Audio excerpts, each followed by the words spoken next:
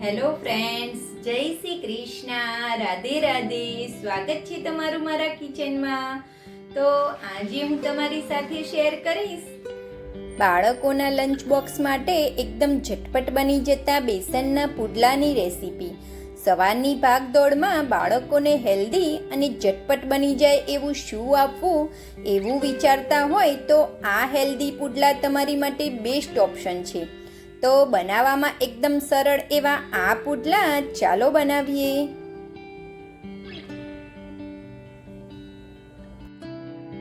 તો પુડલા બનાવવા માટે મેં એક નંગ ટામેટું, એક નંગ ડુંગળી અને 2 મોળા મરચાં લીધા છે. જો તમે તીખા લેતા હોય અને બાળકો માટે બનાવતા હોય તો તમારે એક જ નંગ લેવાનું છે.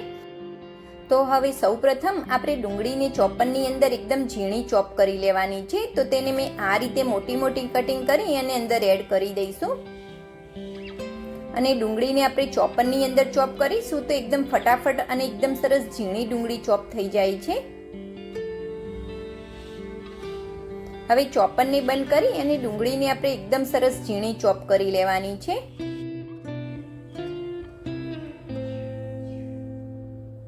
તો ડુંગળી આપણી એકદમ સરસ ચોપ થઈ ગઈ છે. આ રીતે ડુંગળીને આપણે ઝીણી ચોપ કરવાની છે. હવે તેની અંદર આપણે ટામેટું એડ કરી દઈશું. ટામેટાને પણ આપણે આ રીતે મોટા મોટા પીસ કરી અને અંદર એડ કરી દઈશું.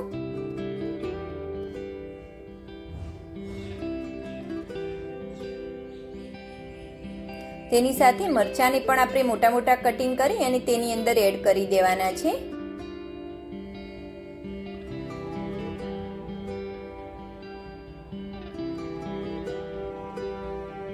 હવે તેની સાથે આપણે થોડાક લીલા દાણા પણ એડ કરી દઈશું.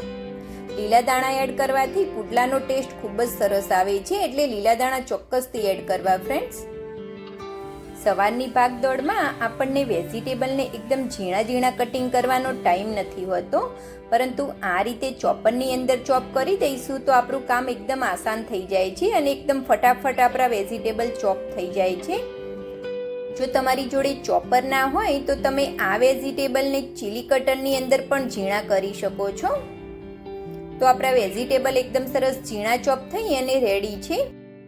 ક્યારેક એવું થતું હોય કે આપણે કોઈ બી રેસીપી બનાવીએ તેની અંદર વેજીટેબલના મોટા મોટા ટુકડા હોય તો બાળકો તેને ખાતી વખતે નીકાળી દે છે. એટલે તેને આ રીતે એકદમ ઝીણા ચોપ કરીને અંદર એડ કરીશું તો બાળકો તેને ખાઈ પણ લેશે અને બાળકોને ખબર પણ નહીં પડે. હવે પુડલા બનાવવા માટે મેં 2 કપ ચણાના લોટને ચાળી અને લીધો છે. આ પુડલા હું થોડા વધારે ક્વોન્ટિટીમાં બનાવું છું એટલે મેં 2 કપ લીધો છે. તમે માત્ર લંચ બોક્સ માટે પુડલા બનાવવાના હોય તો તમે 1 કપમાંથી પણ બનાવી શકો છો. 1 કપ ચણાના લોટમાંથી પણ 4 થી 5 નંગ જેવા પુડલા બનીને તૈયાર થઈ જશે. હવે તેની અંદર 1 ચમચી અને ઉપર થોડું એટલે કે 1/2 ચમચી જેવું આપણે મીઠું એડ કરી દઈશું. 1 ચમચી ધાણા જીરું પાવડર એડ કરી દઈશું. 1/2 ચમચી જેવું આપણે કાશ્મીરી મરચું એડ કરી દઈશું. બાળકો માટે બનાવવાના હોય તો તમારે કાશ્મીરી મરચું જ એડ કરવું, જેનાથી કલર ખૂબ જ સરસ આવશે અને પુડલા આપણા તીખા પણ નહીં બને. હવે તેની અંદર આપણે 1 ચમચી અજમો એડ કરી દઈશું. 1 ચમચી દળેલી સાકર એડ કરી દઈશું. દળેલી ખાંડ કે દળેલી સાકર એડ કરવાથી પુડલા આપણા સ્વીટ નથી બનતા, પરંતુ તેનો ટેસ્ટ ખૂબ જ સરસ આવે છે. હવે તેની અંદર આપણે જે ઝીણા કટિંગ કરીને વેજીટેબલ રાખ્યા હતા તે બધા જ તેની અંદર એડ કરી દઈશું. હવે તેની અંદર થોડું થોડું પાણી એડ કરતા જઈશું અને પુડલા માટેનું બેટર બનાવીને તૈયાર કરી લઈશું. આ પુડલા જો તમે બાળકોના લંચ બોક્સ માટે સ્પેશિયલી બનાવવાના હોય તો તમે લાલ મરચું પાવડરની જગ્યાએ થોડા ચીલી ફ્લેક્સ અને થોડા પિઝા સિઝનિંગનો મસાલો પણ અંદર એડ કરી શકો છો, જેનાથી પુડલા આપણા વધારે ટેસ્ટી બનીને તૈયાર થશે અને બાળકો આખું લંચ બોક્સ પૂરું કરીને આવશે. તો આપણું પુડલા માટેનું બેટર બનીને તૈયાર છે. આ બેટરને આપણે આ રીતે થોડું પતલું રાખવાનું છે. ઢોકળા કે ઇડલીનું બેટર બનાવતા હોય તેના કરતાં થોડું પતલું રાખવાનું છે, જેથી આપણા પુડલા એકદમ સરસ પતલા બનીને તૈયાર થશે. આટલું બેટર બનાવવા માટે મેં 1.5 કપ જેવા પાણીનો ઉપયોગ કર્યો છે. હવે તેની અંદર આપણે 1 ચમચી જેવું તેલ એડ કરી દઈશું. તેની સાથે જ આપણે 5 ચમચી જેવો, અડધી ચમચી કરતાં પણ અડધો આપણે ખાવાનો સોડા એડ કરી દઈશું. તો હવે આપણું પુડલા માટેનું પરફેક્ટ બેટર બનીને તૈયાર છે. હવે પેન આપણું ગરમ થાય એટલે તેની અંદર આપણે 1 ચમચી તેલ એડ કરી દઈશું.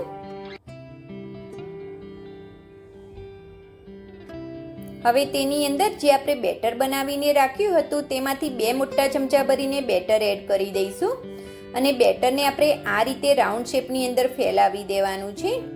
તમારે જે સાઈઝના પુડલા બનાવવાના હોય તે રીતે તમારે બેટર અંદર એડ કરવાનું છે. મેં થોડીક મોટી સાઈઝના પુડલા બનાવ્યા છે એટલે 2 મોટા ચમચા ભરીને બેટર મેં અંદર એડ કર્યું છે. આ બેટરને આપણે થોડુંક પતલું રાખ્યું હતું જેથી પુડલા આપણા એકદમ સરસ પતલા બનીને તૈયાર થશે.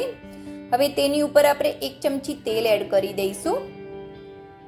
હવે પુડલો આપણો એક બાજુએથી એકદમ સરસ શેકાઈ જાય એટલે તેને આપણે પલટાવી લઈશું. એ જ રીતે આપણે બીજી બાજુએથી પણ પુડલાને શેકાવા દઈશું. હવે ઉપરની સાઈડે પણ આપણે 1 ચમચી જેવું તેલ એડ કરી દઈશું. તો હવે બીજી બાજુએથી પણ આપણો પુડલો એકદમ સરસ શેકાઈ ગયો છે. તેને ફરીથી આપણે એકવાર પલટાવી લઈશું. આ રીતે બંને સાઈડથી આપણે પુડલાને ફેરવીને શેકી લેવાનો છે અને થોડો ક્રિસ્પી થવા દેવાનો છે. તો હવે બાળકોના લંચ બોક્સમાં આપી શકાય એવો હેલ્ધી ગરમા ગરમ બેસનનો પુડલો બનીને તૈયાર છે. તમે પણ મારી આ રીતથી પુડલા બનાવી અને ચોક્કસથી ટ્રાય કરજો ફ્રેન્ડ્સ. એકદમ ટેસ્ટી બનીને તૈયાર થાય છે.